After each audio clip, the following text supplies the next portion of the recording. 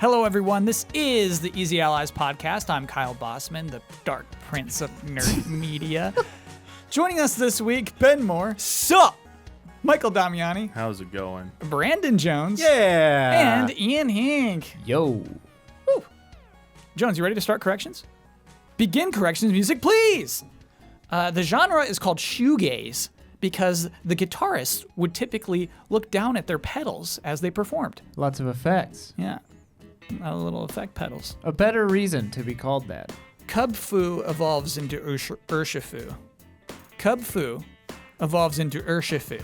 I did not mention One Piece Pirate Warriors 4, which comes out March 27th when we did our Pop-Tarts and Toaster Strudels. There's always one. There's always one, and that was the one. Or 5. But there's also this case of Grand Blue Fantasy Versus, which has a release date, which is the Japanese release date. And I got a lot of like, dude, that's the Japanese release date. We don't have a Western release date. But then I went to Amazon, right? And I'm like, I can buy this right now, and they have the release date of February, what did they have, 18th?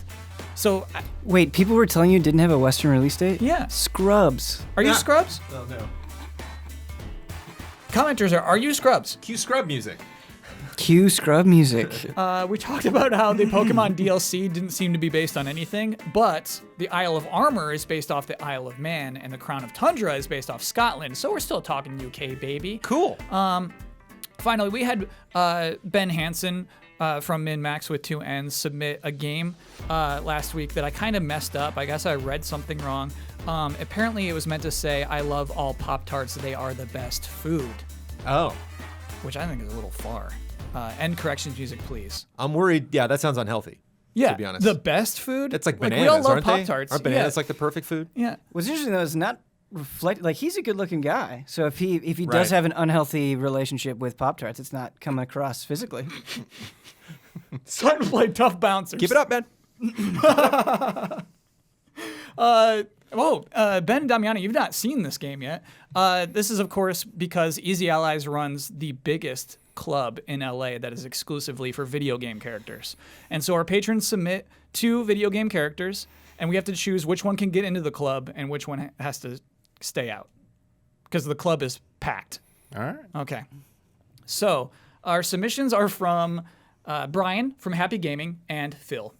So first up is Kiryu Kazuma from Yakuza because he has extensive experience with dancing, He's gonna run the club. karaoke, throwing an unforgettable party, and is always willing to chill out with a good Sega arcade game. Yeah. And has some experience, organizing businesses. Oh, yeah. Our other option, the man standing right next to him, is Duke Nukem from Duke Nukem 3D. And his reasoning is that he gives $100 tips, which is not nothing. Yeah. It's something. Come on, Kyle. Who do we let into our club? Do we tip dancers at our club, though? Is that a thing? No, I mean, he might tip everybody. The bartenders, the people who take the I've jacket. never seen Duke Nukem tip a bartender before. Okay? But Cosmo might wreck the Thank place, you. man. We don't want to... You mean like we don't a wanna be- brawl? we don't wanna be Yeah, Duke broken Nukem furniture. might not wreck the gonna place. say, true. Yeah, he might not shoot up the place. Yeah. Yep. Well, I mean, we're not going to have those weird LAPD pigs in the club. So I don't know we who Duke should, Nukem's though. going to fight. We should. But they're not in there right now. Whereas I could see Kazuma, I could see, I guess we call him Kiryu, actually. We could see him finding somebody he needs to fight in our club. All right, we're just basing this on the characters and not the games that they're associated with, right? Right. Like, Duke Nukem starts talking and our club starts getting less popular. Yeah. So yeah, I picked him because he's got the money, right? And it's really about that balance. It's like, is Duke Nukem's money worth it? Okay, let's think about today, 2020, Yeah. January 2020. Yeah. Does Duke Nukem really have the money? Oh. He says he does. His IOUs. I'm more confident that Kiryu has the money. Are we in agreement here? Yeah. Okay. Duke Nukem has to turn Yeah, around. is all Damiani will say on the matter. Yep. What let him in? Sorry? It's a liability, Duke Nukem. He is a liability. I mean, they're both Bouncers liabilities. just be like, bye. Okay. All right. Hey, we got a dress code here, Duke. I'm sorry. I forgot about our dress code. That's a fair point. He is only wearing the red tank top. Yeah. Kiryu is obviously a much better dresser. Very well Yeah, he shows up dressed, all sharp yes. dressed. It's Yes. like, come on in, sir. You're right. This was an easy choice this There's week. Goombas on the dance floor in leisure suits. You know, just like, gotta get dressed up. We had Sam Porter Bridges come in last week, but he did have BB with him, so it's like this whole Oh, cool thing. BB going. is It's like a good an like automatic conversation pass. starter. Yes, yeah. Good in viral social media posts. We're building a nice party in there. Okay, so we have news to talk about this week. Lots of news. Lots of. It's not all of it's like great news. You know, I don't like talking about delays. We'll get to them. They're not fun to talk about. But we have something very interesting to talk about as our leading story, and this is again Jason Schreier just feeding us. He just feeds our podcasts. He is the coal to our locomotives. You know, he just helps us out. He keeps the podcast running. I just envision you like your mouth just wide open and just being shoved right in. Yes. Thank you, Mr. Schreier. It's more like a baby bird. Yeah, sure. It's so weird that like it's not just one website that is the source of so many headlines, but one human being is the source of so many headlines. He's a juicy man. He put that on the back of the box. He's a juicy man. He's a juicy man. Okay, so here's the headline that was posted today. Sources: Horizon Zero Dawn is coming to PC. Horizon Zero Dawn, Sony exclusive title developed by Guerrilla Games, who's owned by Sony, would somehow this very year put that game out on personal computers. I think that's pretty neat. Yeah, that is pretty crazy. But I also think the more you think about it from a business perspective, the more it makes sense. Where it's just kind of a win-win for them, right? We're gearing up for the PS5. It's happening. Yeah. A lot of people out there who play PC games and love PC games don't have a PS4. This comes out on PC. Let's say they like it. Maybe they're more inclined to buy a PS5. And if they're not, then Sony is like, hey, we'll eventually release these things on PC. That and they're cultivating that audience. It just seems like a win-win, and just like the second life that games can have on PC is fascinating due to a variety of factors. So like mods and things like that. So it'll be I don't know. I just think it's a good thing. Damiani, how shocked are you today? Yeah, can you clarify real quick? Sure. Is Jason actually saying that they're coming out like the same time simultaneously on PS5, PC, or just? No, just this one particular 3-year-old game will be coming out this year. Okay. You said one, not yes. two. Okay. Yeah. I was like, one, this is huge news. Sorry. Yes. Sorry. I was like, wait a second. Why is this a bigger deal? It is a smaller deal, I Okay. think. If it Yeah, was yeah. Horizon 2, I'd be flabbergasted. Okay, I'm sorry. Yeah. It makes sense now. Yeah, that absolutely makes sense. And I think it's something you might see Sony be doing more of in the future is like that staggered release of it comes out exclusively on their system, year plus after it comes out on PC. We're seeing that with Death Stranding, obviously, like shorter time window between that. Death Stranding is just 6 months, but yeah. So I think that's something. I agree with what you said, Ben. I think from a business perspective, I do think that Sony wants to explore that avenue with their software. Sure. Like still leverage the strength of their hardware by making it a timed exclusive, but these games, like look at Death Stranding. It sold okay, but probably maybe below expectations. Has been charting as well as maybe some people had hoped. Yeah. But watch it come out on PC, and maybe, as you said, Ben said, it gets a second life on there, and it starts seeing a sales surge from that. If that's something that could lead to like, hey, we want to keep pursuing this IP, want to make sequels to it. Don't just go off an exclusive release on PS5 or in the past PS4, and that's it, one and done, something like that. Jones, when do you think they would have liked to have made this announcement? It was several people talking to Schreier that like Sony did not officially make this announcement. It's just something we accept as truth because it's most likely happening. It seems like the right time. Right now? Because, yeah. Or I mean, at least at the beginning of this year, Q1 Okay. or Q2, maybe get out ahead of, before E3. I don't know if this... I think with the anticipation building up towards new consoles around E3, this would be a weird announcement to the moment you say Horizon, everyone, freaks out. No, not that. You know. The old one. I think before E3 would probably be the smart time to do it. I don't necessarily agree with that in the sense that I think that the best time, from my perspective, thinking about excitement, is you have that PS5 conference, you talk about Horizon 2, and then you say, and Horizon Zero Dawn is coming to PC. Like, that's how you bundle it. Like, this Yeah. thing is coming soon. And I'm with you. I'm with this panel. So Microsoft will put their games out, every single first-party game, day and date on PC. I don't foresee Sony doing that, and I feel like we're all suggesting like there's going to be a year gap or more. I kind of see it the same way. I guess in that just they still want their consoles to feel special. I agree with you, Kyle. I think that's true, but I also think that that's something that can change. Like, these games coming to PC is a pretty big deal, but then you also have things like you can play PS Now on your PC. And so you kind of see this buddying up with PC in a slowly broader way that I think, depending on the response to it, maybe they would follow in Microsoft's footsteps. So that would maybe be not something that Microsoft could use against them. Sure. Yeah, you know what's so weird is with PlayStation Now, the announcement last year where it's like, okay, we're doing our big first parties. God of War is on here for a limited time. You know, it's just like, so they still have this value for their first party titles that I think they really do still, like they just gave them an inch, you know, and this kind of feels maybe something like that. Just like, but it's 3 years old. We'll give them the 3-year-old one. Yeah, I mean, I honestly just see it as them. They want to retain their value. They want to protect the value of the PlayStation brand. But after a certain point, it's kind of like, what are you losing by putting a 3-year-old game out on PC and doing that like that? I just don't see the harm in doing that. If it becomes a trend, as we see, where they start doing it more and more, maybe it's indicative of a shift in their business strategy. But at this point, I think it's just them testing this out, and it's something that's so old that I don't think it's indicative of any change just yet. Sure. Yeah. So one thing I don't think the article brought up, but we talked about, I think it's just last month, was MLB The Show going cross-platform, and that is also developed by Sony San Diego, who's obviously owned by Sony as well.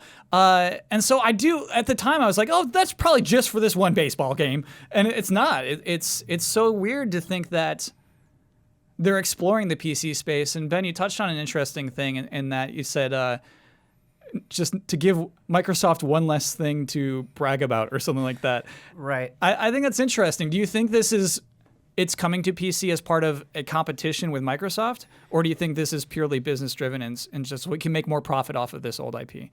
I think a lot of things when you're thinking about how to expand and how to deal with these properties, I think you're always thinking about the competition. So I would be surprised if that was the only reason, but I definitely think it's a part of it. Because, like, thinking about these games, like, I want to see what Horizon looks like on PC. Like, these are not just like, you know, games that you're like, whatever, you know, I've played, I've experienced. It's like, oh, that game, I remember like being so visually impressed by it. Like, what can it do on PC? What can I see? I want to read that Digital Foundry article. I want to see those videos. Like, Death Stranding is the same thing. I want to see what Death Stranding looks like on PC. And I think these names, whether you like the games or not, I think these games have a value to them that kind of inherently generate interest. You know? Yeah. And that's the thing. I'm super with Ben here, Jones. I think it's like Disney Plus. You have all the Star Wars movies, and then you can go watch the new Star Wars movie in theaters. Yeah. I kind of feel like this is maybe that kind of thing. Like, oh, play Horizon, and then Horizon 2 is coming out in a few months on the PlayStation 5 platform. Do you think this is that kind of sell? Yeah, I just think there's got to be a line. I don't see Kratos ever crossing over onto PC, like, ever. I do. Like, maybe God of War 3, then you'll be able to play the first God of War, but I would be very surprised. I just imagine there's some line somewhere. You don't see last year's God of War in 2 more years coming to PC.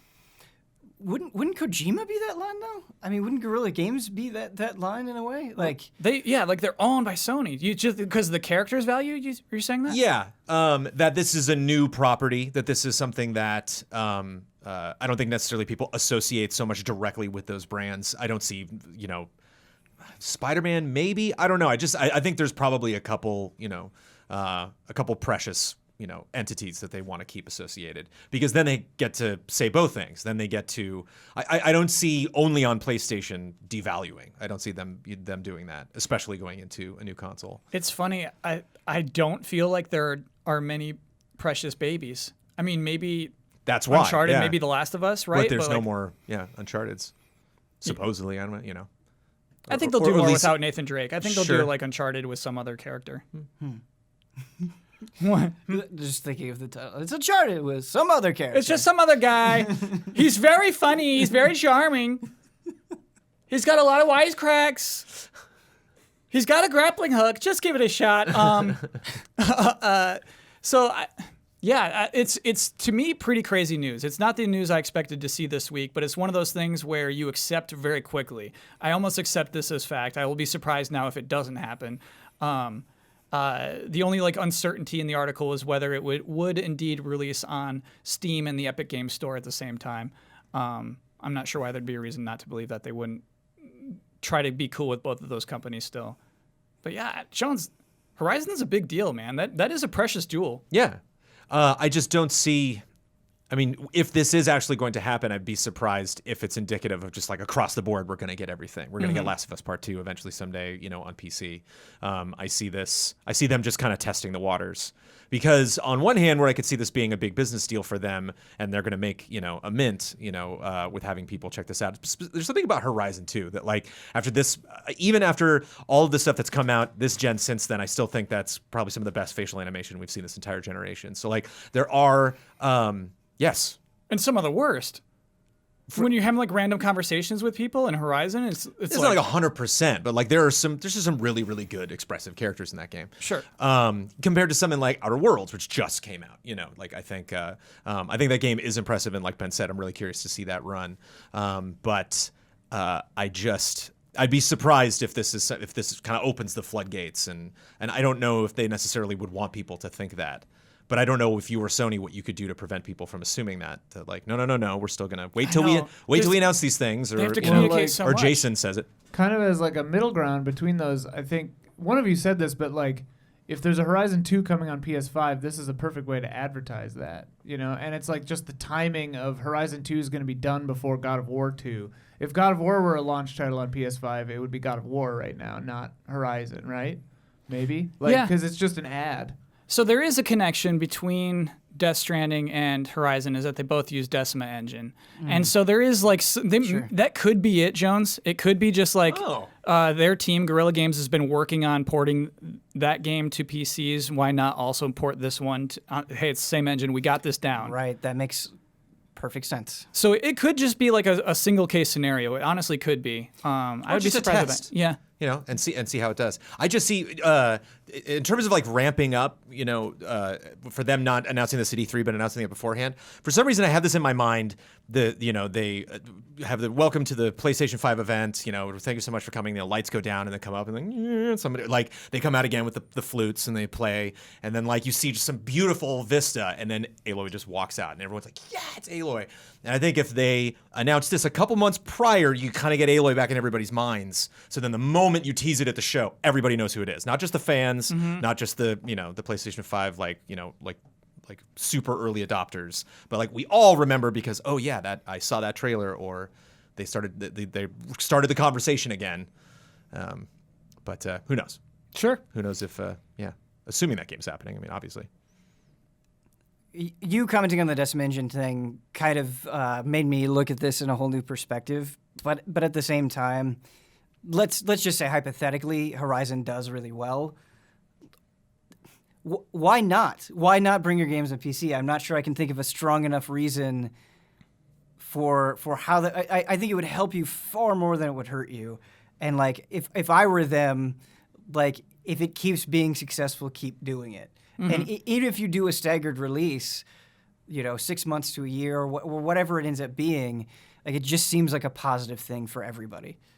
Yeah, it is. We're gonna be talking about this the entire generation. The business model of content. Yeah, I think it's just the timing. You got to get the window right, because otherwise you fall into the criticism that Microsoft receives, that people are like, why don't you have an Xbox One or Xbox One X yet? Oh, because this is all coming to PC. So if the window's too short, people will be like, why do I need a PS5? This is just all these games are coming to PC. I just got to wait 3 months or something like that. It's not worth it. So I do think they need to get that like figured out. Otherwise, they run that risk potentially. Maybe this is oversimplifying it, but I have to wonder if from Microsoft's perspective, they've just done the research and they're like, okay, these are people who are going to either play PC or console. They're just going to kind of follow the games. And then these are the people that are only going to play PC. And these are the people who are only going to play console. Like they're never, ever, ever, ever going to do it. And if it's a large enough pool where that strategy makes sense, where it's like this, it doesn't matter if it's on PC to a huge number of people. So we're going to keep doing it this way. But it also only matters to a huge number of people if it's on PC. And so that strategy makes a lot of sense if that is what the market is reflecting, I guess. I just checked because I was curious how much they'd sold. And just a cursory glance at Wikipedia, not always the best source, but Horizon Zero Dawn and God of War 2018 both sold over 10 million. Spider-Man sold over 13 million. So, because I was going to say, like, Horizon's not as precious a baby as God of War, but it's like they're the same. That's a the precious same. baby. That's the thing, though, is I think Sony's in the record-breaking game right now. They're not in the let's beat Nintendo game. They're not in the let's beat PC or let's beat Microsoft game. They're in, like, let's have PS5 break console records. Let's have the return of Spider-Man, the return of Horizon, the return of Last of Us. Let's have all of those break, sell just so much more than anyone was ever considering expecting. And so that's where their heads. I don't necessarily agree. Again, I if the money's out there, go make it. But I just think in their heads, it's kind of like Rise of Skywalker. It's just like, oh, it only made $1 billion until now. Well, it's a failure. And you're like, are you kidding? Do you know how many movies, like independent, regardless, but any movie that would love to make that much money in that amount of time? And so, but we're in this era of like, if it literally doesn't completely shatter records, then it didn't really do that well. Yeah. Then the CEOs don't really have that much to tout. And so it's like, I think because where we're at now, I think a lot of people, we talk about Horizon all the time, but like I think some people kind of forgot about it. And so now it's like, oh, people are talking about that again. Yeah. And so I think like they don't have to worry about that with Last of Us. They don't have to worry about, certainly don't have to worry about that with Spider-Man. So I think if Spider-Man does come out on the PC, then it's just like, well, no, I'm not going to, why would I buy Spider-Man 2 on the PS5? Why don't I just wait? I can wait 2 years. And Sony's going to be like, no, you can't. You cannot. You have to buy it. You got to get that console because we got to just destroy. We got to have Microsoft be like, okay, good job, Sony. Congratulations. Man, they're unstoppable, Not just we made more money, we made the most of anyone ever. Yeah. That's the... Okay. I don't think that's their exact concern. I know. I mean, yeah. Sony also has got to look at like PS4, how well it's sold as a system over the past since 2012, whenever it came out, this 13. past decade. Yeah. Like their consoles sell a ton. PS4 sold a ton. Yeah. They're probably looking to see the PS5 sell a ton as well and continue that trend. I feel like their install base being so big and stuff, like that's part of this is important. Like you can only get these experiences on PlayStation. Yeah. I just think they're gonna be very selective. Like they're testing the water with this, and they'll see how it goes and go from there. But I just want to reiterate, I don't think this is gonna signal a huge shift of any kind. Right. It's just maybe just be a one-time deal, or as you brought up the Decima connection there, maybe it is just the Decima engine games are going to get this because there's a push for that. I would not be surprised if in the future there are more games from like exclusives that come to PC, but right now I just don't think that's what they're going for. Really excited about this next headline. We're still talking about Sony and their plans for the future. Michael Damiani, could you believe that Sony has decided not to show up at E3 2020? Say it ain't so. It's so. They officially announced this week they have no interest in do- showing up at E3 2020. You can't do that. You can't. That's, you simply that's can't. against video game law. Yeah. That's suicide. What on a console launch year? How could No one's ever done this before. No one's on a console launch year. No one's done this before. Actually, they've done it twice. Ooh. Okay. Go ahead. They did it last year. Oh, Right? right. Yeah, they didn't have Right? a console They launch. did- It was not a console launch year. Sony's done this twice in a row now. Yes. Now this is. What's going on? I think. They're out It's, of their minds. I think it's arrogance. They're crazy. No, they're. Yeah. I think they just full hot I think air. someone should go check on Sony. Yeah. Someone should send it over there and just be like a courtesy. Yeah. Everything going all right over there? Are you okay? Do you need any help? Did you forget how much we love E3? God, cease this. Okay. Okay. No, they are. You're right. We went on that bit for a long time. It's a 5-minute bit. You know, it's funny. The first thought I had about this is like, oh, I guess that's not why they fired Sean Layden. You know, was like, because like I can't remember who speculated it, but it was like they were like, skipping E3 was a mistake. You're fired. You know, clearly not what happened. I sure hope that was not a person on this podcast. I don't know. I don't think we speculated why Sean Layden was fired. I hope not. Let me know in the corrections. I don't think it was on a podcast. Oh, okay. So, like, Sean Layden hated E3. He dragged it. There should be no surprise that Sony is skipping E3 again almost. But I thought it was a him thing. But this, what I'm saying, I guess, is this proves it's a Sony thing. Yeah. Like, they hate E3, not just Sean. Yeah. And we should say ESA's had a bad year with They've E3. had a rocky few. Yeah. And so it's so weird. I think of E3 as something that ESA, this lobbyist organization, kind of lucked into. Like, they didn't really understand what was so great about it and why it worked, and just the innate nature of how good video game announcements are just kind of made it exciting without them really realizing what they had. And I think they're losing it quickly without realizing how to get that back. I don't think they know what to do with it, and it seems very clear especially from Sony and what's happened in the last few years, that they don't have a very clear vision for E3. And more of the big publishers are sniffing it out, figuring it out, and they want E3 to be different things, and ESA just won't make a call on it, and it sounds like they're just upsetting everyone. And Sony's just the latest one who's just like, enough of this. Like, you're what you want to do with this is terrible. What was the report that said that they showed what ESA wanted to do with E3 this year? We went over it on the previous podcast, like the celebrities doing like social media boost around certain things. It was their leaked PowerPoint presentation. presentation. That was it. And yes. everyone was like, what? Yeah. What is E3 supposed to even be? And then there were reports that Sony wants it to be like more like a celebration of games for fans, kind of like what PlayStation Experience is. They feel that works best, whereas some want it to be more of like a trade show, and it's like open to the public, but it's supposed to be an industry event. It's like this weird thing that has lost its identity, and it's just like chaos and confusion now.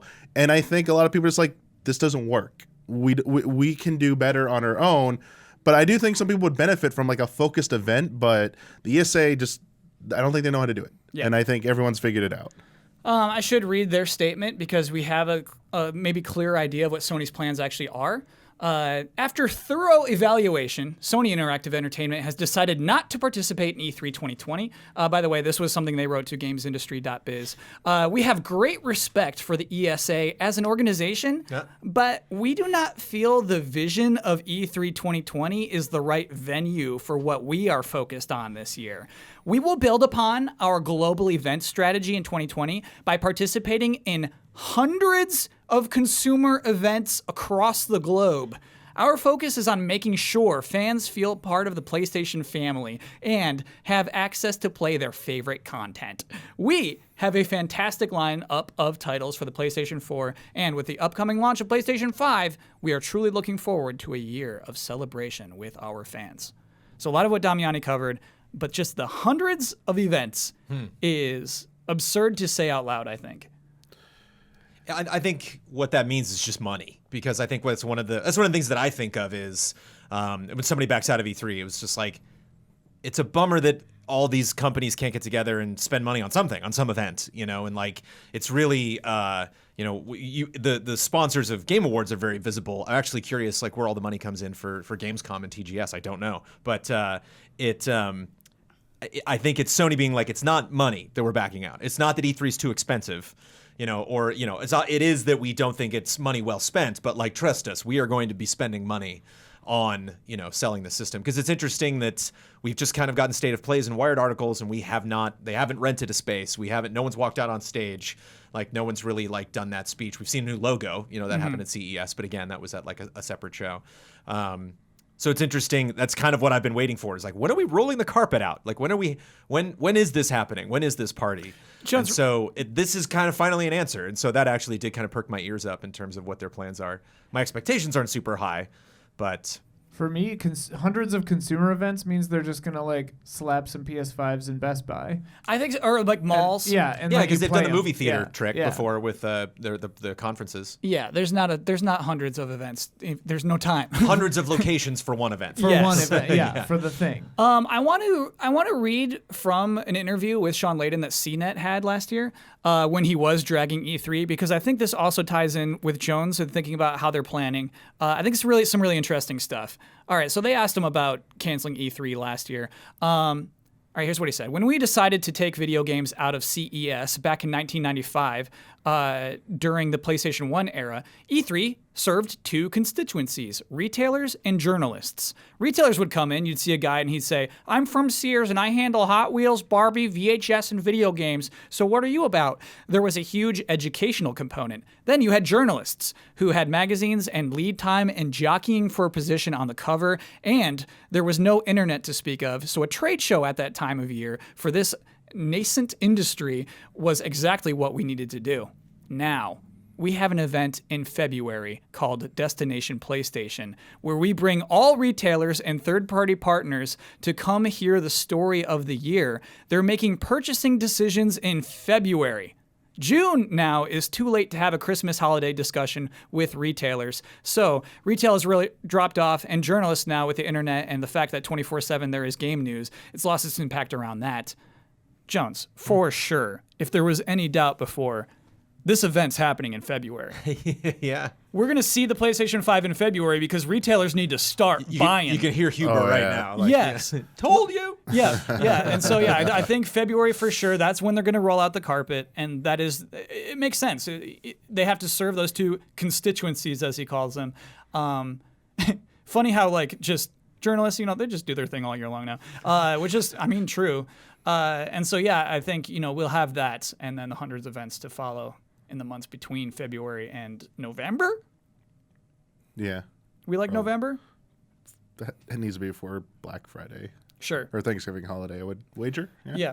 Ben, will part of you miss seeing Sony at E3?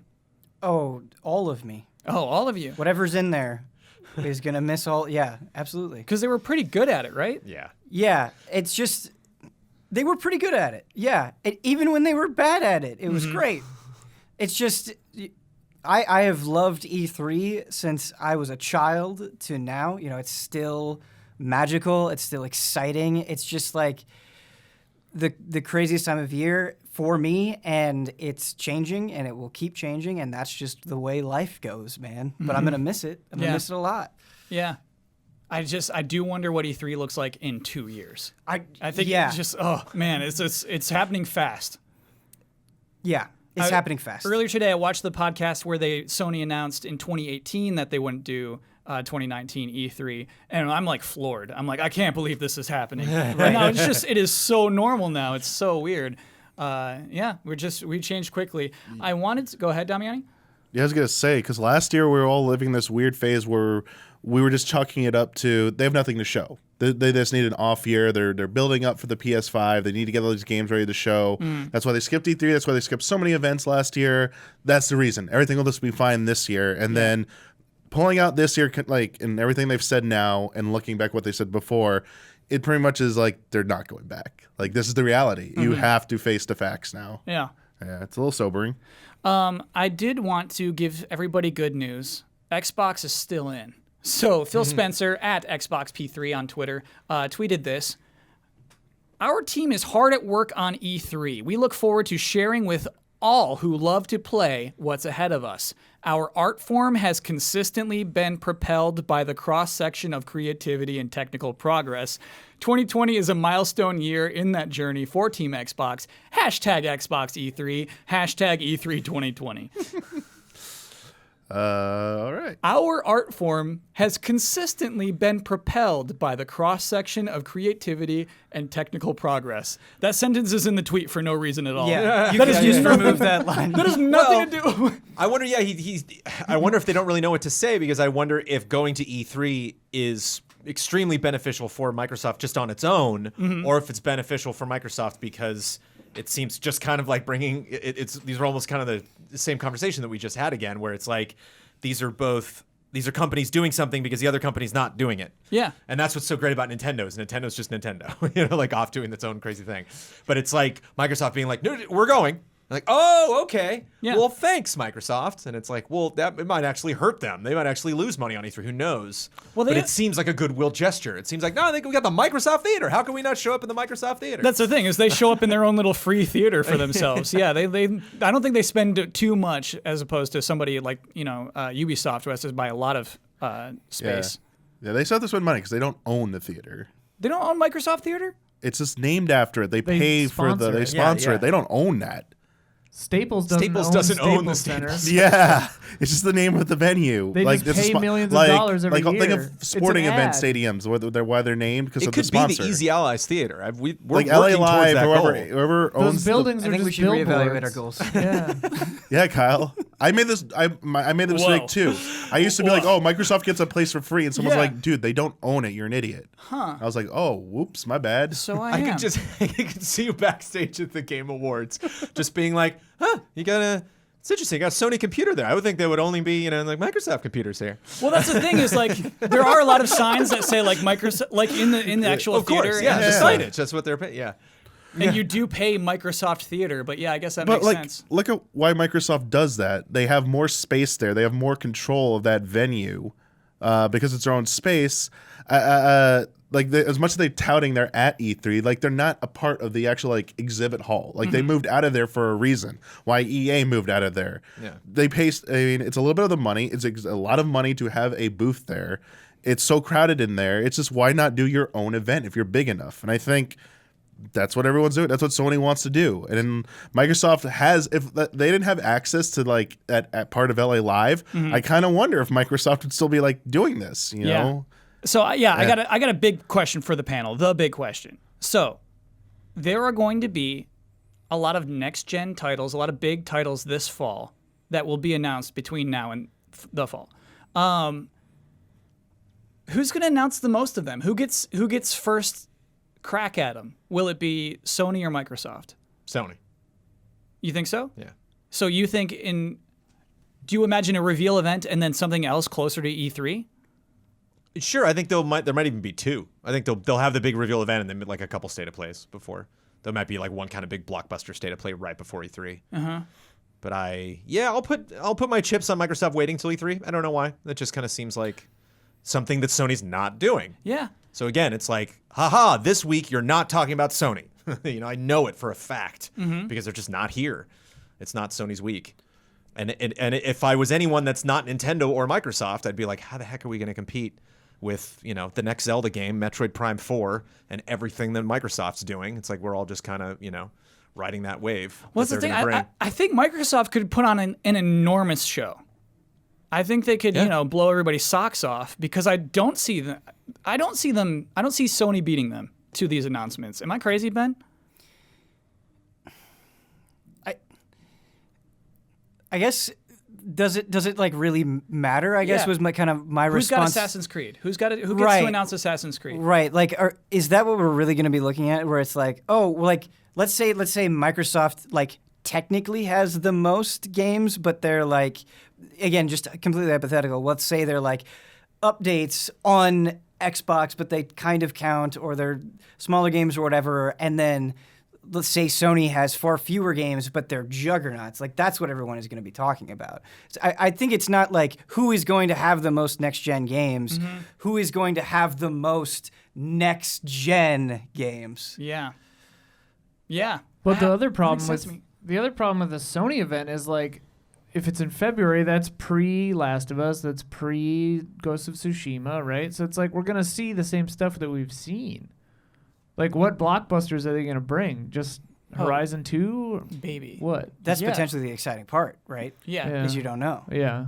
I mean, Horizon 2, God of War 2, Spider-Man 2. Yeah. I would hope Sony is winding up. Sony's just been like bunkered so hard, and Yeah. they're like, kaboosh, we got all this stuff. That's the thing I was afraid of. Full house. When you were reading Sean's statement and then Phil Spencer's like weird statement, it's kind of ironic because Sean didn't mention, what did he say? Contingencies? What were Yeah. they?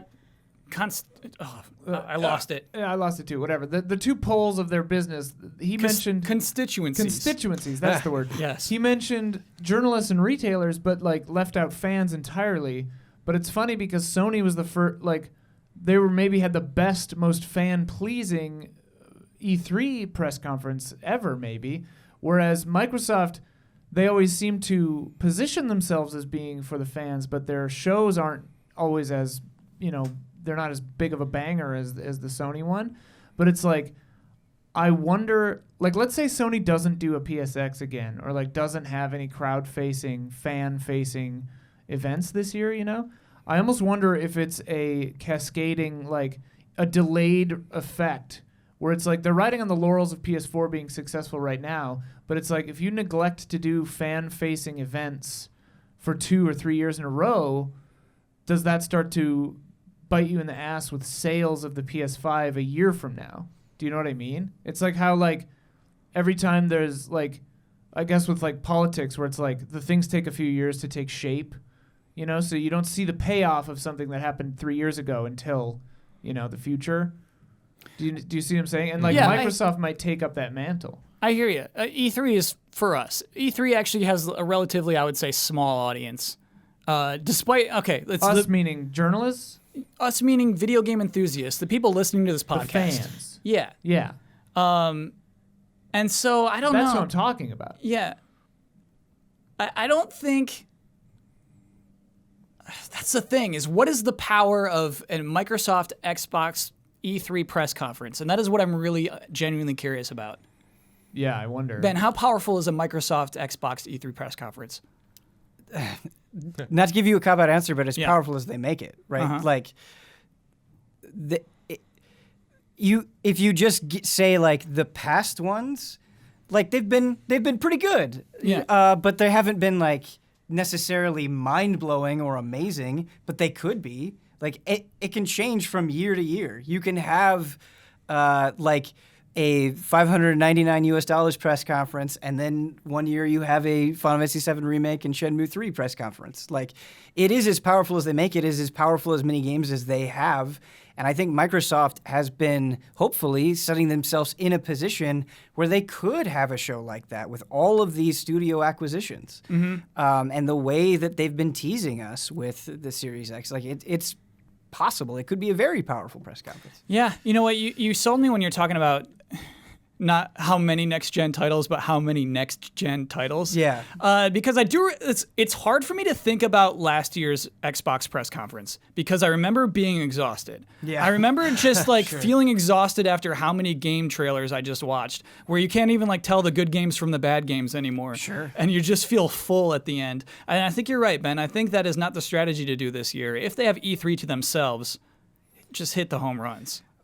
You said something that really made me think like, oh man, I hope that's not it. Like you were like, oh man, what if they had God of War 2, Spider-Man 2, Horizon 2? And I was like, man, I really want to play all those games, but I hope it's not just a bunch of things with 2 on them. Like, if that was it, I think I'd be a little disappointed. I hear you. Like that doesn't feel like next gen to me. That feels like we're just continuing the PlayStation 4 in a way. Mm-hmm. Obviously, that is oversimplifying it, but with next gen, I hope comes with something that is like Horizon, that is new and different and interesting, and just new names, new things, new characters, new worlds.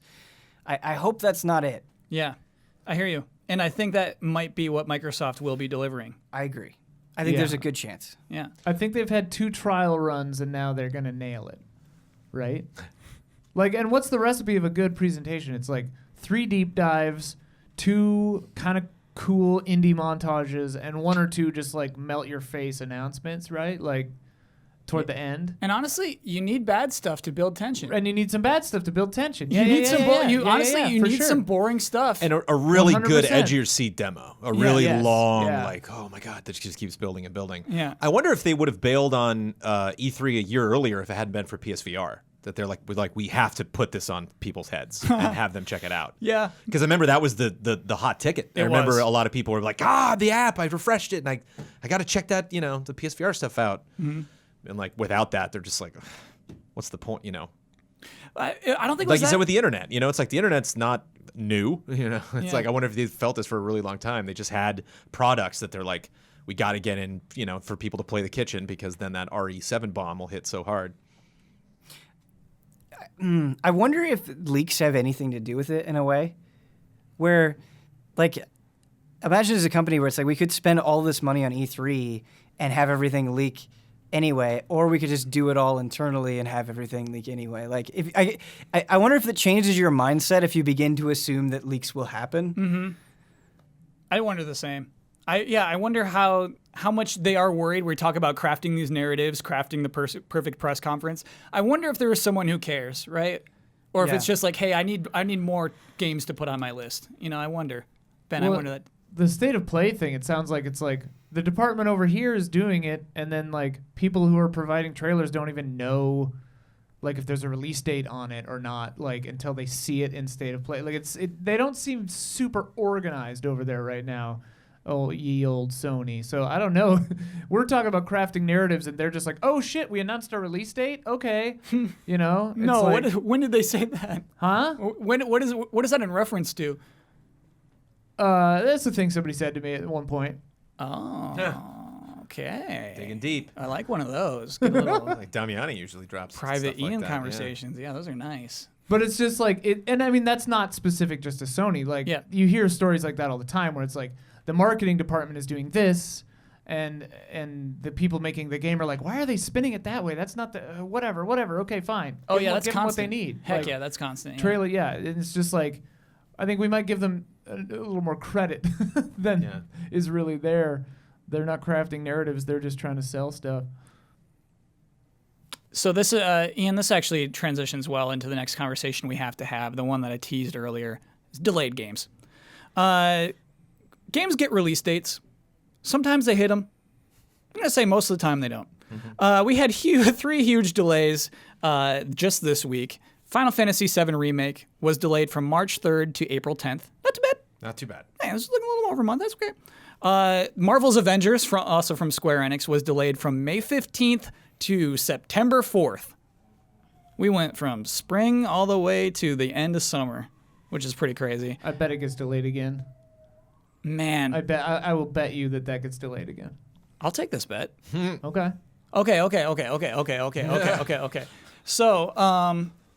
Okay. So loser has to read an Avengers comic from the span of 1975 to 1985, and then do from just that one comic a 1 minute summary of the events of that comic. Okay. Okay. There are Avengers pre-game comics. What? They have a comic line.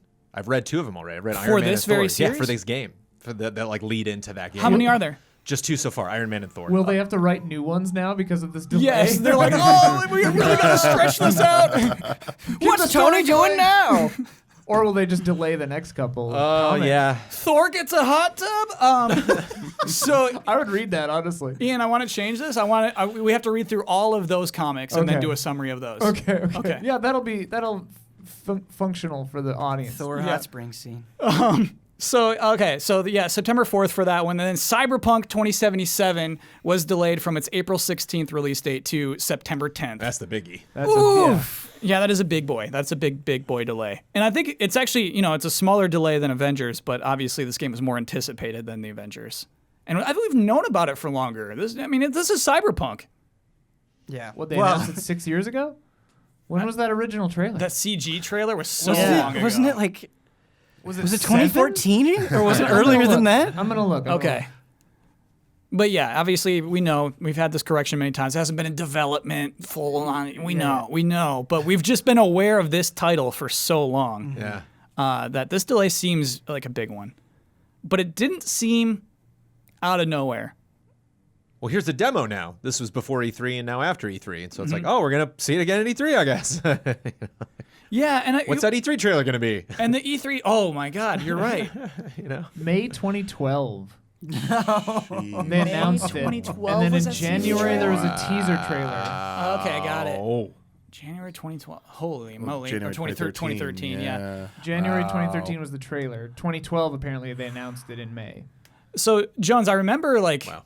I kind of expected a bigger blowout of Cyberpunk this year at E3. Like, right, they showed Keanu and we all like laughed and had a great time. But Yeah. of the game, they didn't really show too much. Yeah. And we haven't seen much of it since. You know, we saw the weird piece about the music of Cyberpunk at the Game Awards. Because people need to play it. People need to be able to poke around that game and say, this is what it was like. Yeah. Yeah. This is a game. Having seen the 1 hour demo, did they ever put that one out like Yeah. they did last The time? first one they did, this The year's second they one didn't. they didn't, right? I don't think so. I don't think they did. Oh, that's news. But it's like you I didn't know that. Wait, did they? I think they did. I check can't in a imagine why they second. would. Okay. I But think either they way, did. it's like I don't want to see any more of this game. I just want to see how it feels to play it. I don't know if it was the full demo. It might have been a cut down version of it. Oh, I think it was. I think it was a cut down. Let me check. So an interesting thing about all three of these delays is this common theme. I think this is actually really interesting. Okay, so Final Fantasy VII Remake, in their apology, I guess I should say, announcement, they said, "We are making this tough decision in order to give ourselves a few extra weeks to apply final polish to the game and to deliver you the best possible experience." Marvel said, "We will spend this additional development time focusing on fine-tuning and polishing the game to the high standards our fans expect and deserve." Cyberpunk, Night City is massive, full of stories, content, and places to visit, but due to the sheer scale and complexity of it all, we need more time to finish playtesting, finishing, and polishing. All three of them are talking about polish. Of course. But so what's weird to me is when I would assume that when you make this kind of apology, this kind of announcement, you would want to say, "We're adding a lot. We're gonna add so much to the game." Oh, no. You think that sounds bad?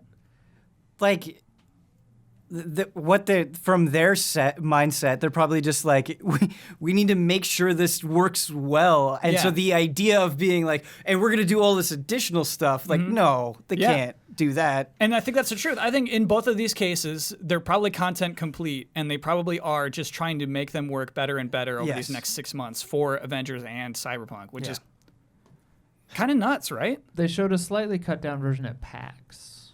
Okay. How was slightly? It was like 45 instead of Oh, 90. yeah, that's pretty beefy. It's not that bad. Okay, cool. I think that this is a good announcement because it's like, I mean, what have we've been just saying for the last few weeks? Like, it's going to come out and be super buggy, and then it'll be good like 2 weeks after it comes out, 3 weeks after it comes out. Like, polishing a CD Projekt Red game is a very, very good idea before you release it. So I do think... And a daunting task. Yeah, and it, like just nearly so much. impossible. Yeah. This game is so huge and complicated. Well, will people remember that in September if there's anything wrong with Avengers or Cyberpunk? Like, wait a minute, didn't you say you were taking time? We to do polish remember. this? Yes, Like- we do. Because it's been so long. It's like, you should be done by now. I've heard that many times for games that took a long time to happen, yeah? What is scary for both of these games, September is probably very close to the launches of the next generation consoles. I think that's scarier for the consoles than it is for the games. Okay, that's an interesting take. Yeah, because like I've already seen it. I've already seen a good number of people being like, "Oh man, well, guess I don't need to buy a console. I'll still be playing Cyberpunk." Yeah. And like from a pure this is coming out of my wallet perspective, how can you blame them? You know, I don't think it's an unreasonable assumption to assume that Cyberpunk will be pretty good and that you're going to be able to put a lot of time into it. Why spend theoretically $4.99 on a console? And I don't think it's unreasonable on the other side of that to think that any launch title is going to be as impressive in scope and scale as Cyberpunk, right? Because they've been working on it since 2012, in and out. Right. Yeah, those launch titles need to out-impress these last generation games. Right. Not going to happen, probably. Though I think, okay, go Except for ahead. Last of Us. I would say I feel like the delay also means that those two games are absolutely going to be on. There'll be next gen versions of those. Yes, Absolutely, yeah, day Here one. we go. Yeah, Yes. yeah. And then it becomes a question: Do you play them in September? I mean, Cyberpunk thing's easy if you have a PC. Just play it right away on PC. Like, that's your best option. But if you're a console person, it's like, I play it now, it might look very good, or I wait 3 months and I play it on PS5 or Xbox Series X and it looks even better. But we've also had a history of games that come out at launch that are like ports. Aren't always optimized correctly for those systems, but I think there's less of a chance of that happening this even time. The Witcher took a while. Yeah. The Witcher had some problems at launch. How long did Tomb Raider take? Because Tomb Raider's like that franchise I always forget what console it originally came out on. I was like, what gen was that series? Like the original Tomb Raider was 360 and PS3, right?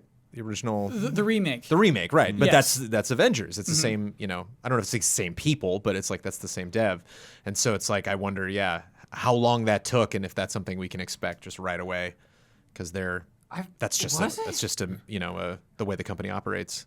Yeah, that was a 360 PS3 game. Wow. Yeah. Maybe I didn't play it until it came out. Rise of the Tomb Raider, Shadow of the Tomb Raider were not. Those were just I think Rise might have been. Rise might have been both, but I think it definitely Rise launched was both, on yeah, the same Rise was day. both. Okay. On But also current gen systems. opens up the question of even if you buy it on current gen systems, especially Xbox Series X, that game should be backwards compatible. Yeah. It might have enhancements. So would you even buy?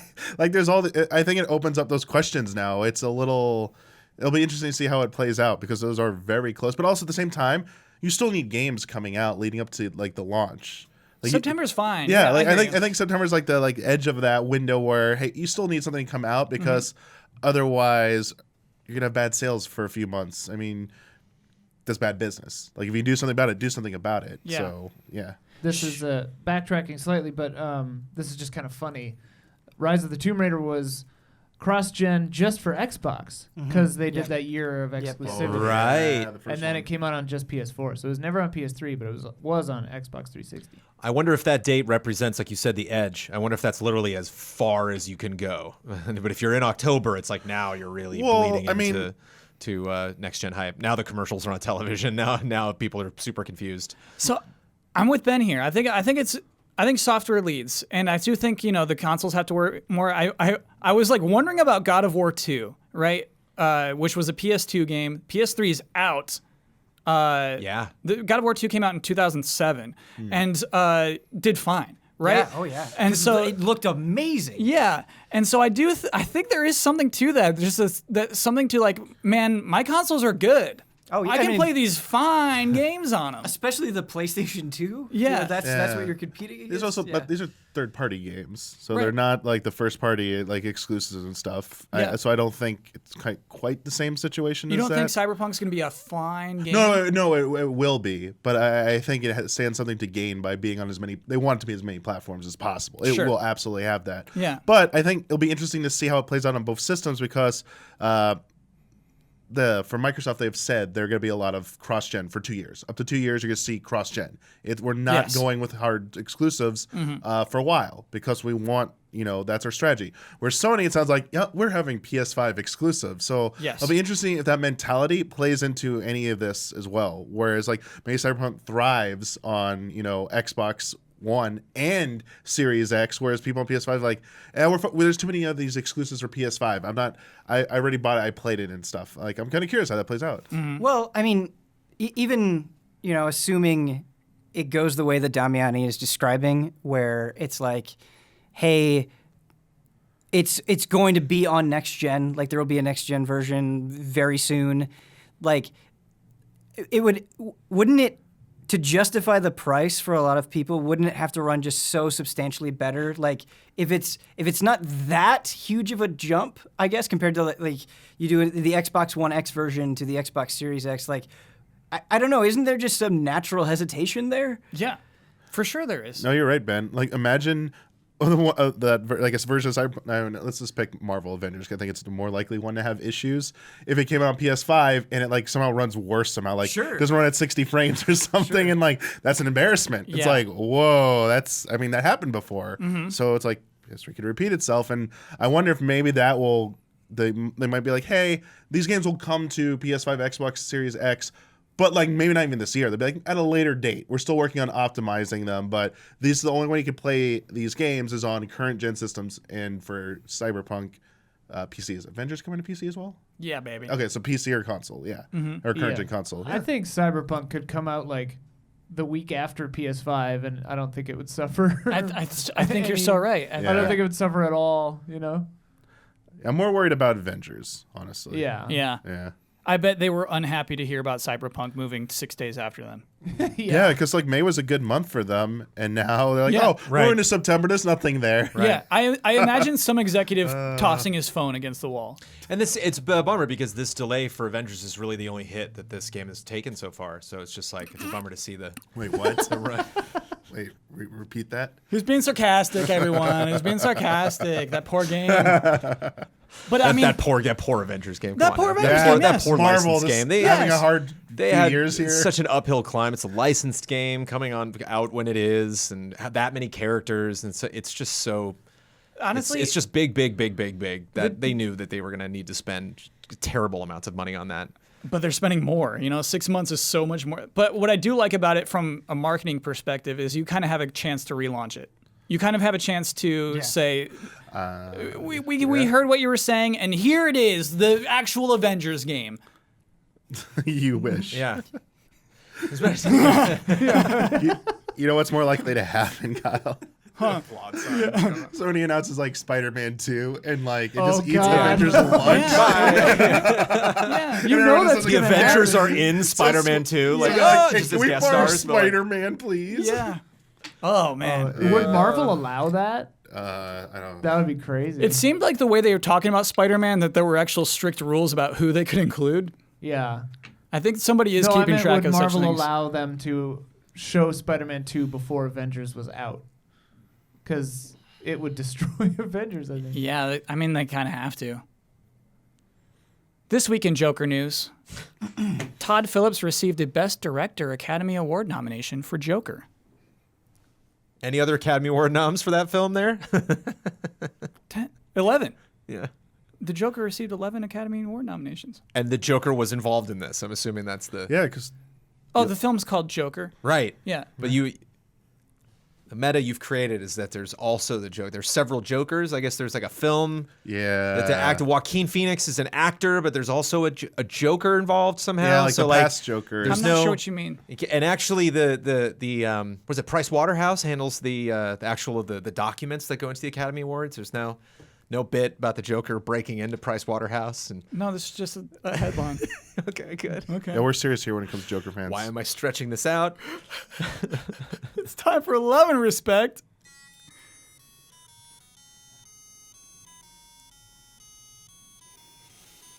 Love and respect. Ooh, Ben! 2020! 2020. To people who were hoping that we'd cover NPDs, we're just way over time. I was just having a good time talking. Yeah. Next gen talk, man. Next Yeah. gen You talk. get lost in yeah. it. I know. And we were doing like hard video game talking. I and- can't wait until we're horribly wrong on everything. Oh yeah, I mean that's kind of the fun of it to me. Sure, totally. Our current naivete. Okay, so let's play a game because we were doing so much hard work. Hey allies, there are a bunch of games out there that are given the spotlight and don't deserve it, and vice versa. There are too many that do not receive or do need more recognition. Here's a simple game that I thought would be fun. I'm going to give you a list of video game franchises, and you have to allocate that series into one of three categories.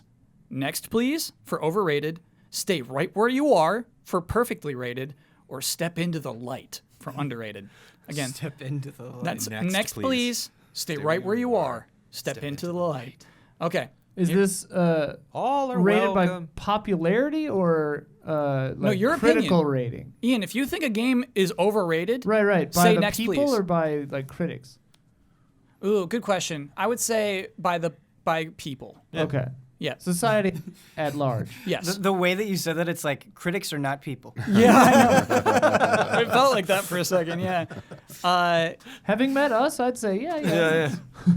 Half-Life. Stay right where Stay you are. right where you are. Yeah, you're okay. You're doing all right. Well, like, Alex got a little more buzz than I thought. oh, I thought people were gonna be upset. Oh, I thought people were gonna Sure. not riot, but I thought people were gonna be like. I thought people were "Please, gonna dance, and nobody was please." dancing. No, I thought. They all danced like no one was looking, Kyle. Okay. Meh. I don't think there were videos of like people crying, reacting to Half-Life Alyx being announced. I think we're out of that era. No, we're not. Is that era just gone? Like People don't feel genuine feelings anymore. We had like 5 years of that, and it's just gone. No, they just Yeah. feel like sardonic, like Yeah. processed opinions now. I heard people kind of hold their breath a little bit. It was like, ooh, okay, Yeah. we'll see. Okay, So but I'm not going to buy this system, but Yeah. I'll talk to a friend about it. Yeah. But I think the reason why you got that reaction was it is impossible. You cannot do it to undermine the legacy of Half-Life. Like I don't care what anyone says. Those games are amazing. Sure. They're amazing. They will always be amazing. But B, when you haven't done anything, and as long as Half-Life hasn't done anything, you just kind of move on. You just keep going with your life. And so when it like finally enters back into your life, you're like, cool, where do you fit now? Like, how do I, like, you just got to get, like, reacquainted with it. And so I think it was a really interesting reaction to Half-Life Alyx, where I think people were like, is this real? It is real. I'm kind of getting excited. Like, it was not an immediate thing in a way, I feel like. Yeah. Do you think that we'll all have with Half-Life Alyx that moment where, you know, when you meet up with an ex-girlfriend or whatever, and you have lunch, and you're seeing through them the person that you were when you were with them, like the person that you used to be. I had a totally different ex-girlfriend analogy prepared. Are we going to confront our past selves of who we were when Half-Life 2 was happening? Of course. So you're still into that band, huh? Well, it's like, I mean, that literally you have to throw on 9 Inch Nails Downward Spiral and then when you play this game. I would do that. the G-Man is that. Like you look at him and it's like, whoa, how old are we? You know, like they did that when I remember when they showed off the big long demo of Half-Life 2 before we got to see Half-Life 2. They showed the G-Man from the first game and he said, it's been ever many years. Right. And the room laughed. And then it like faded to black and then faded up and here's the new G-Man. Everyone was like, whoa, this is going to be so cool. What's and your very ex-girlfriend? clearly at the end of Alyx, I'll get to that. Okay. Jones, there's a lot of games on this list. Oh, I know, sorry. But that was the end. You Yeah. know, G-Man walks out and he's like, look at me now. Yeah. You know, don't I look good? Look at my wrinkles. There Yeah. we go. The truth is in the wrinkles. Mine was you're single and the ex-girlfriend calls and you're like, we'll have lunch. Literally, we'll have lunch. And so that's what You we're have all going to lunch, go and that's have what you lunch do, with yeah. Half-Life Alyx and we'll see Yeah. I think if things I'm going will to put your progress number back on my quickly. phone, if I change the photo and my contacts. Lunch is safe. Sonic the Hedgehog. Oh boy. So no, I feel like my the mind franchise. just folded. Oh. Is Yeah. Sonic the Hedgehog, is that franchise overrated or what? I abstain. Stay right where it is, baby. I'm scared of their Twitter account. Sure. Stay right where it is. Nah, get back. Wow, Kyle. Get back. Sorry. Get back. Like, Sonic the Hedgehog is both amazing and terrible, and amazing in its terribleness, Yeah. and sometimes just purely amazing. It's an enigma. What's the first one? What is it? What's our moniker? I forget. Like, keep on walking? No, it's like Next, please. Next, please. Next, please. Okay. Yeah. All right. The Last of Us. Sonic the Hedgehog is like Kate Blanchett if she had the ring. Beautiful and terrible all at once. You know what people keep trying to do though? I will be a queen. That is wrong, and it's just wrong. People, you get these takes out there where it's like there was never a good Sonic game. Those games you used to love, they're not good. That's wrong. Was Sonic Mania 2 years ago? Yeah, Sonic Mania is so good. Sonic Mania is so good, Yeah. and like those original Sonic 1 is a great game. Sonic 2 is a great game. Sonic 3 has a lot of good stuff in it.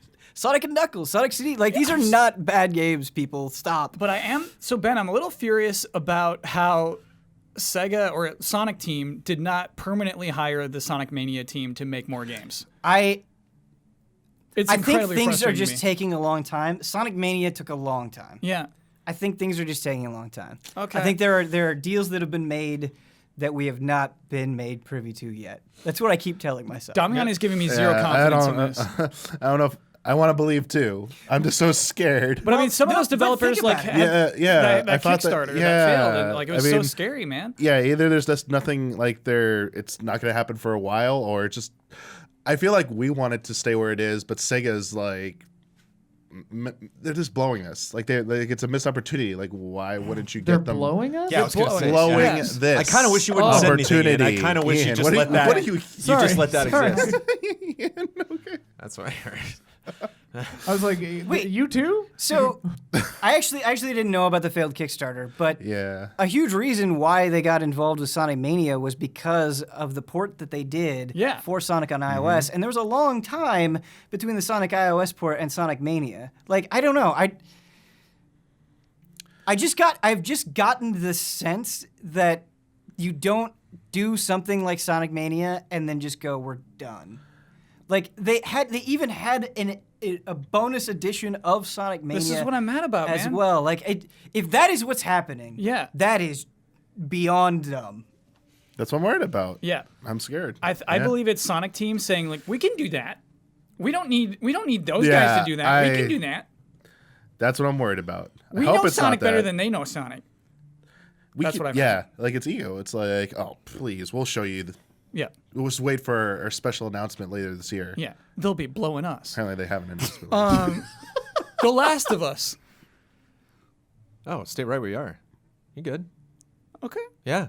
Underhyped. What's the underhyped one? Wait, are you about to say underhyped? Underrated? Step into Underrated. Yeah. The Last of Us is underrated. Since Nobody's ever heard of these things. Okay. Okay. It's good. Okay. It's good. It's a franchise that sells itself on performance. How awesome is that? That sells itself. Look at it, and we all look at it, and we're like, great. You know, it's like. So you mean graphical performance Yeah, or the or just- performance of the actors? That too, and because it's the like animation, I don't really factor into graphics. I guess but it's just like, again, it's all about like that dodge throwing her over the glass, and everyone like, I don't believe it. It's like, I do. That's the question. That's the argument of just like, nah, that's rehearsed. And it's like, I don't think it is. I think why would they show that? Why would this developer show that? If they're not like, that's what we've been working on. That's not easy to do. We know it. It's why we did it. Quick question: know? Is Last of Us 2 going to get delayed as well?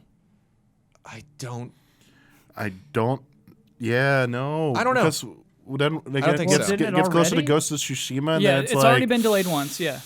No, I don't think Okay. so. I think it stays. I think it's possible. like a week or like Sure. a week to a few weeks maximum. Okay. Like that window, like what Final Fantasy VII Remake got. Yeah, that'd Yeah, be nice. okay. Mass Effect. Oh, Step into step the light. into the light. Really underrated. Oh yeah, get out. Yeah. I think the reason I say that is not necessarily because of Mass Effect itself. I just feel like the appreciation for Mass Effect has gone down from Andromeda through, like, I think even Anthem has had an effect on it in a way. The appreciation of BioWare.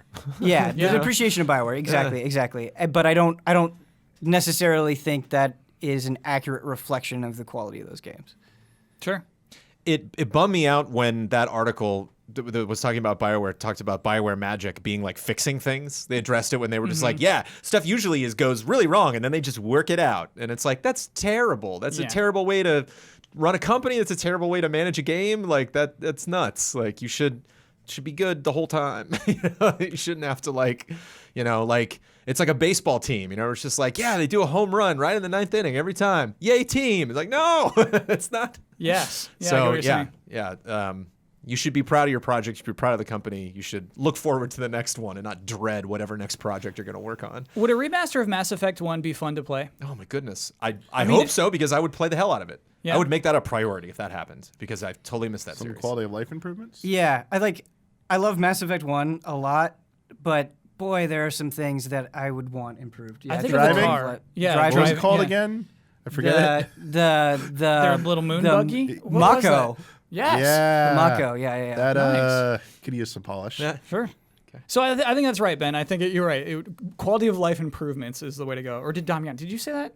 Whose Damiani phrase was said that? it. Damiani said it. Good phrase, Damiani. All right. MMO phrase. This had like 15. We're doing one more. Monster Hunter. Stay right where it is. Yeah. Oh, you're good. Yes. Step into the light. I think Monster Hunter's got to step into the light. Not enough people What? love It Monster just Hunter. did that. It Yeah. just stepped into the light. It needs to be stepped into the I mean, broad daylight. I'm misinterpreting the question though. The best-selling Capcom franchise of all time needs Still to step underrated. into the light. Still What? underrated, Again, yes. Like, are we this just is saying what- we this is want the Sony what? thing I was talking about, Yeah. where it's not good enough? It's not gonna. It's still underrated. No, but I don't understand, and maybe I'm like I don't get the game fully. Yeah. Because it's like, it just exploded. Yeah. It just exploded. It's not like, But like it yeah, I didn't- want more people to play it. Of course, I want more appreciation for it. But it's like, Ben, I need a dad in a sitcom to be walking into his living room and going, "What you playing? Monster Hunter?" That's what I need. that's where things go to die, Kyle. That's where they die. That's Fortnite, man. That's where they go to so die. right. You're Do you so want right. it to die? That's Duke Nukem, bro. Conan didn't terribly spoil Monster Hunter, It's not big enough. Yeah, it's not big enough. All right, love and respect all the way from Saudi Arabia, Abdullah. Thank you. That very was much it for was that a really game. fun game Yeah. and great phrasing. Good job. Okay, let's do one little quick one. Ooh, and this one. Okay, we gotta talk about it. We're doing it. Sorry, Damiani. Hey, allies, do we let hype rule us? I'm writing this after the reveal of Byleth in Smash, a character we all should have expected, but not wanted. It's got bile in it. There's nothing you can do. Bile. Especially after getting excited at the prospect of Dante. Why do gamers build up this fantasy world based on speculation only to get angered when the real world doesn't live up to it? Is hype a drug? And we're all just chasing that last Guardian Shenmue 3 high? Love and respect, John of the Future. I mean, I agree with all of it. I don't have a problem with it, but I agree with people who follow Nintendo really need to learn this lesson at some point, that when it comes to speculation, that's what it is. It is speculation. Nobody wins. They're like, yeah, the rumors and stuff, like, people take it as fact so often, get burned for it, and do not learn the lesson that this is how it works. And just because a bunch of people were saying yesterday, it's going to be Dante, and it's not Dante today, it's like, did Nintendo ever say this? Like, what was the leak specifically? Like, you don't have, excuse me, it's not like you leaked like a PowerPoint slide like Mario and Rabbids. Like, that's a different thing. Nothing like that happened, and you get upset over that because you put so much faith into something that wasn't fact. And that's part of the problem. That happens a lot, especially when it comes to Smash Bros. For the last like 2 years with this whole process, even leading up to the release of the original game, it just gets insane. It gets amplified by a lot of just speculation. At the same time, Nintendo did reveal 4 third-party characters, and everyone like, oh, this last one's going to be like the biggest one. People need to also stop learning to draw conclusions based on like patterns or like histories and stuff. Like especially when it comes to Nintendo, they don't always follow that. It's a fool's errand. It's something to maybe make an best guess, an educated guess based on. Like, oh, educated guess, sure, I'll be a third party character today, maybe. But to take that and put so much stock into that, I think is like a lot of the reason you see what happened today, why it happens. Man, I don't know. Sometimes it's just like, Excuse me. Did we just taking this too seriously? I mean, that like, Oh, yeah.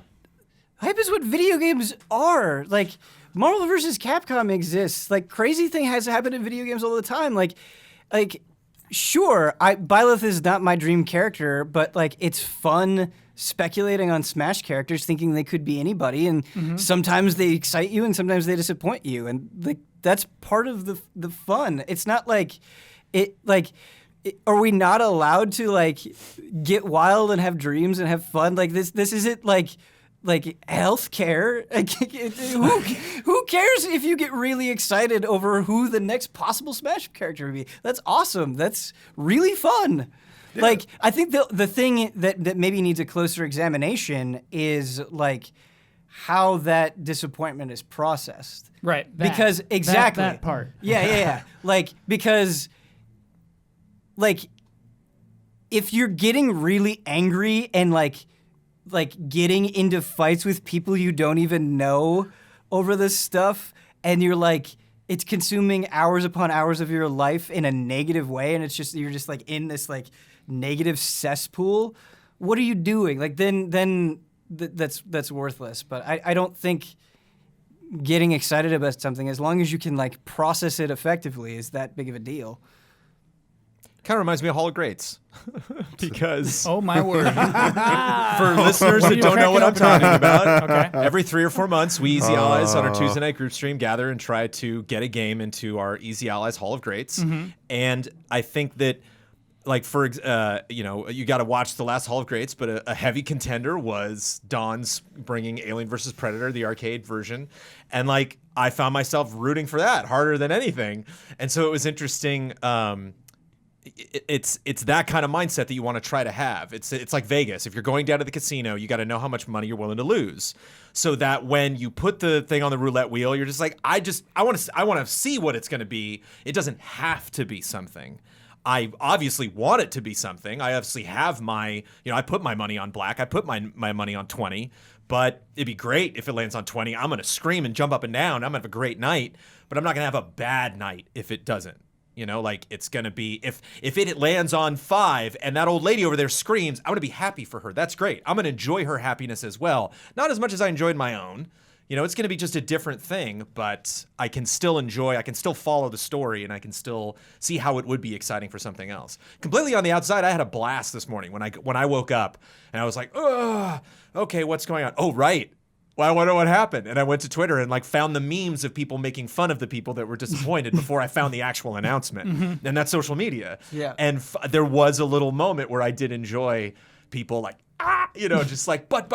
And it's like Damiani said, but what? What, based on what information or does it have to have happened for you that you completely, you know, you played yourself? You know, it's you hopefully this was a lesson that you learned, you know, hopefully you'll remember that moment because you never know what's going to happen.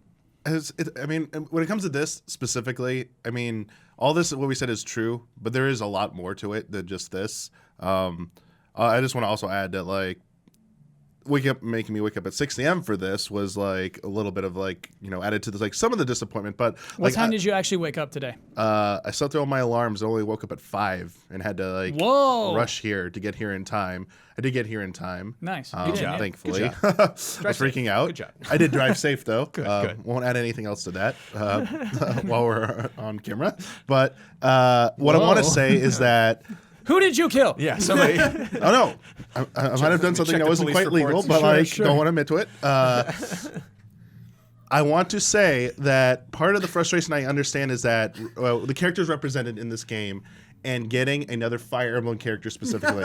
I love Fire Emblem. I love Fire Emblem. You love Three Houses even. I love Three Houses, Yeah. and I actually like a lot of the stuff they're doing in this game. Like the different weapon switching and stuff like that, trying to make it not just a straight sword user. Like there obviously was a lot of loving care, and Sakurai is absolutely passionate about this series. He's passionate about everything he's done in this game, and it comes across. But at the same time, I don't fault people for having any kind of frustration over all these other great series, both Nintendo, especially Nintendo series, that this would have been a perfect chance for one of them to have the moment to step into the light, Yes. as we were saying before. Exactly, yeah. And there's so many other characters I think are more deserving. Even when it comes to Intelligent Systems' own series, like Advance Wars could have used a character to throw out there. Paper Mario.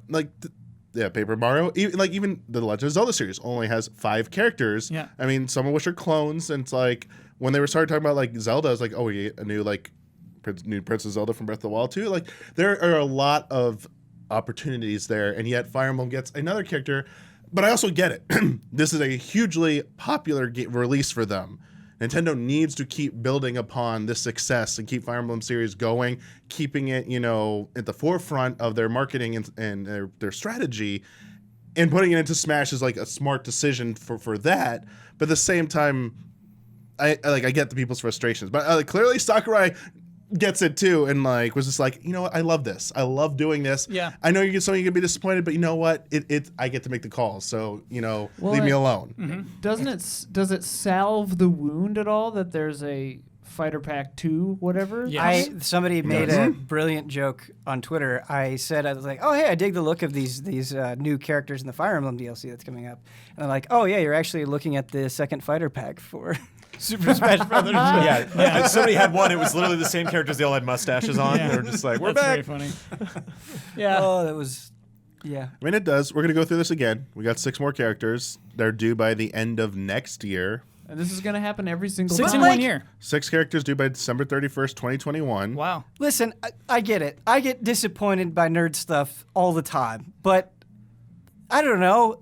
Like, there's so many things to worry about. Like I saw people posting pictures of Sakurai in an Oops All Fire Emblem, like an Oops All Berry cereal box. Was like, Oops All Fire Emblem. I was like, this is funny. Like, I'm not even mad. Like, who? This is great. You Like, I do whatever. think that's right. You Yes. enjoy it. You Yeah. enjoy it when someone else wins. You enjoy it. I just see the whole thing as an outside observer, you know, being terrible at Smash Brothers and not really getting into, and obviously not, you know, having very little experience with Fire Emblem. It just seems all like madness to me. It's just like, even if Dante got picked, all the Sora fans are going to be pissed. You know, like, so inevitably someone's going to lose. Inevitably, you know, it's I going think to. there's a lot of crossover there. It's going to be. Yeah. It's I funny. saw one of the last things I saw before I went to bed on Twitter was a Sora crying, like, and they said this is going to be Sora fans when a Fire Emblem character gets announced. It was one of the last tweets I saw. And it was like, It's yeah. It's like you got. It caters to all types. Look at what you got even from this pass. You got Banjo and Kazooie. Like you got Joker from Persona here. Like you Yeah. got stuff that like you'd never think was really gonna ever be possible. And you've it's wanted like for them to front- multiple I decades. know. And It's smart like- of him to front load and it's that. like- that Yeah. Persona was the first one that he showed. Like- so they never said it was gonna be all third-party characters, and like you have to have been crazy to think they want to pick at least one first-party Nintendo character. So with this new set of 6, expect at least one of them to be just a Nintendo character. Please don't go in expecting all 6 to be crazy third-party selections. Like, I think when the nuclear apocalypse happens, Yeah. the way that we will divide ourselves as people is who you want to be in as the next Smash Brothers character. So, like, if you want Sora, you'll go and you'll start For Clan Sora. Yeah, for Clan Sora, exactly. And then if you want Dante, you'll be over here, and then you've got the Geno people over here, and then they will regularly fight each other. Clan Goku. I'll be in Clan Solaire. Ooh, that's a good plan. See, people like. I was joking about the end of the world, and you were immediately ready to just commit your life to it. Ian, in this trailer, the goddess woman says, "Are you prepared to die?" And I honestly thought there was going to be like a Dark Souls guy just barge in and slaughter everyone. That would have been thought- cute. Didn't happen. it's literally lines from the game, so Yeah. like verbatim. But yeah, you're right, Kyle. I think people were expecting like this is a troll. And it was not. Like there's this the such troll joking. was there's no Yeah, troll. Yeah, it's, okay. It is time for bets. Next week's bet: Dragon Ball Z Kakarot releases Friday, January 17th. How many Saiyans will be on the back of the box? And now we did say that duplicate Saiyans count. So if it's just 5 Gokus on the back of the box, the number will be 5. Brandon Jones. 3. I'm going low. Did you know Trunks is a Saiyan? Stop. Okay. Do you know Trunks is a I person? don't appreciate that. Kyle. Okay. Michael Damiani. 7. Okay, Ben. 4. Oh, I also did 4. Ooh. Ian Hink? I'm saying 12 and a leg from the front cover. That's kind of like Oh, the carries Going over. over? Yeah, it carries We would over. definitely count Yeah, that. yeah, So we're gonna, yeah, let's You go count 13. the front cover? Okay, yeah. We'll say 13. If a leg wraps over all the way over the Because the spine front and cover onto the back. is Someone's cover is kicking. Goku. Someone's kicking and it goes through We the know what the front spine, cover yeah. looks like. What about an ability splash? Like they're doing they're Ability doing splash? something, and then like the blueness carries over. That would not Ability count as a splash. Saiyan. Yeah. Yeah. No, it has to be a leg. Yeah. Or like they're in the Kakarot logo, I know that it's Goku flying. Yeah. And so if it's the streak, so like that was the wake of Goku. I just need the Goku's tip, on the front. tip of his toes. Okay, and That that one has to is- be physical His body. little, Yeah, his got little it. twinkle toes have to be back on the back of the box. Ian, I think I'll need you to look. Well, actually, I can do this now. What am I doing? So last week's bet was about the W Games in Montreal Twitter account, who boy. tweeted out that like the 3 parts of the badge, and then all of them combined. At no point in this podcast did I think about this. Yeah. And so I said, at next week, how many responses will there be to the most recent tweet from WB Games Montreal? We were unsure at the time if that would remain their most recent tweet, and it has. The thing that they tweeted on January 9th, the police badge thing. Okay, so Jones, your bet was that there would be 150 responses. Blood bet 888. Huber bet 485. I bet 700. Ian bet 800. And the number of responses is 919. Bloodworth, less than 40 off. Wow. What did Blood say? He said 888. How many of those respances are Bloodworth? I thought it said 900. Dang it. Blood just all night long, just That's blood. Yeah, so Blood nailed that one, giving the Gorgeous Gorillas 1 point. And the Sick Owls 0. A lot of whoos at the sound effects now. Yeah. Nothing but whoos. They go hoo hoo and we go hoo hoo. You know what, Jones? Just stating the facts. that That's not a sounds- bit. It's not a joke. No, it sounds like some Dr. Seuss stuff. Okay. They go woohoo and we go hoo-hoo. So let me tell We're everybody. not so different after all. Me and you. The hoo-hoos and the hoo-hoos. Okay. Patreon.com/EasyAllies is the website you would like to go to if you are interested in learning more about the Easy Allies. basically the way that the Patreon works, if someone were to give us $5 or more a month, they would get early access to many of our shows, this podcast included. You would get this on Fridays as opposed to Sundays. Camera went to Jonesy there. Ian, I'm looking for the red light. That is the end of the promotion, Jones. I know what comes next. The shout-outs. Yeah! Woo! Shout out to L. Thanis, Greg the Dark Knight Kettering, Caleb Togi Crawford, Will Schmuck, and Mr. One Luigi.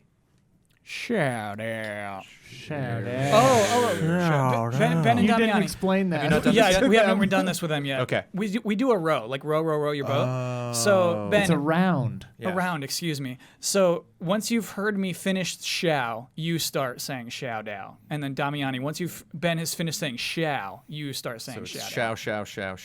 Yeah. Shao Kahn. Okay. Shout.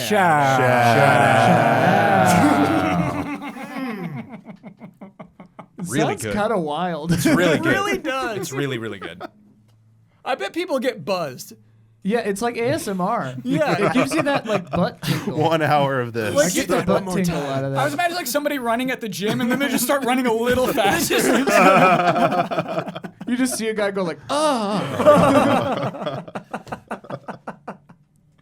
Okay, Ben, you were in Bloodworth's seat. Oh no, Damiani's actually. So Had it? I know. It That was wrong. taken away. That was not right. That's Actually, mean. knocked you That was not down. right. Damiani, you get the right and responsibility to share your Twitter handle with the world. You get to promote any Easy Allies video you would like to promote. You get the final word on anything you've disagreed with, want to reiterate, or just popped into your head. And you get to sign off with your trademark sign off. All right. You can follow me at Damianicus on Twitter. The video you should check out is, check out our 2020 predictions stream we just did. Some good stuff in there. On the main channel. On the main channel, On yeah. the main Most channel. group streams we do. Yeah, it's Yeah. one of those The special Prince ones. treatment. It's like Hall of Greats. The Huber's Dream segment is Yes. choice. Yeah. Yes. There's only one part you watch. Watch that part. I don't know if I have a final word this time, actually. Then just I know. whatever comes to your mind. I mean, the Joker fans were well behaved this week. I don't have anything to say for that. So I guess until next time, may the way of the hero lead to the Triforce.